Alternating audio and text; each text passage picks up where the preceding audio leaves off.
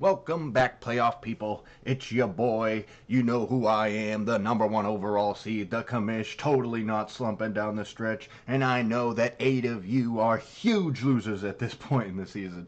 But don't worry, fam. I've cooked something up for even you guys to ponder right now. I know, after a bad fantasy season, it's typical to feel in some way, shape, or form that you got screwed. But that's because your brain has great self-defense mechanisms and refuses to consider that maybe you're just bad at things. Well, just in case it's not, I invented just a stat to prove how fucked all of us were this year. I'm calling it the fucked factor. You see, the idea is to determine how many of your wins and losses this year that good or bad luck played a factor in. I went about this by totaling up everyone's points for, and seeing as we have 12 teams who all posted 13 individual scores this year, that gives us 156 unique scores. When we divide all the points scored by the league by this 156 number, we get the average score on a week-by-week basis by any given team of 121 and some change. I just kind of kept it at 121. So I examined every matchup for every team. And if you pulled out a win on a given week and scored lower than the league average, you got +1 to indicate that's a lucky win. Conversely, if you lost on a given week but outscored that league average of 121, you got -1 to indicate an unlucky loss. Now we can go ahead and look at my findings here. As you can see, Campbell, very fucked this year. And we'll get to how fucked he got in the playoffs here coming up. Dridge, John, equally fucked. One made the playoffs and is charging on. One didn't even make the playoffs. So, interesting thing to note about this is that a lot of playoff teams are up here in the highly fucked category.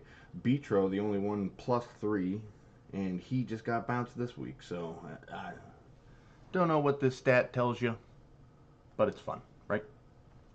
Anyway, guys, we're going to go up to the playoff matchups for this week. We had Mealy and Campbell going up against one another, and Greg and Betro. You already know who the winners are, but I'm going to break it down for you. But little background.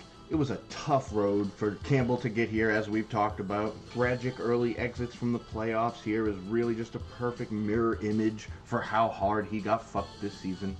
As the scoring leader, to put up your worst point total all year in this first playoff matchup, it's just tragic. But let's not forget about this monster Mealy squad he ran into that put up a huge 158. His season was streaky, but the scoring has been there, and you can only wonder if he can put 2 more wins together for this streak to grab the title. He'll have to go through me first. We'll see. Another one here.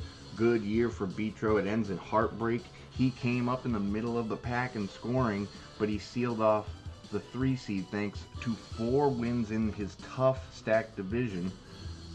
He also lost Sanders, Olsen, Old J. Howard for this week. I don't know if it was just this week. Haven't been paying attention to them, but that's tough to not have those guys in your first playoff matchup.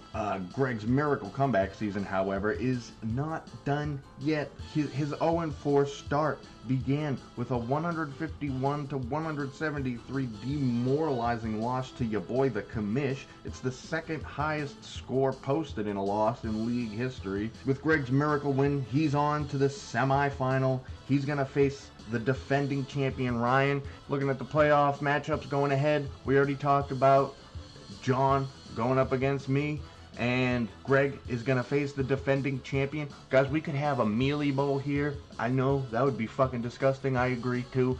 Let's just hope that I can send John packing back to his wife, Colleen, and let's see if Greg could keep the miracle going. We'll keep it an all-down south title game this year. Anyway, thank you guys for watching once again, and as always, make sure you go fuck yourselves.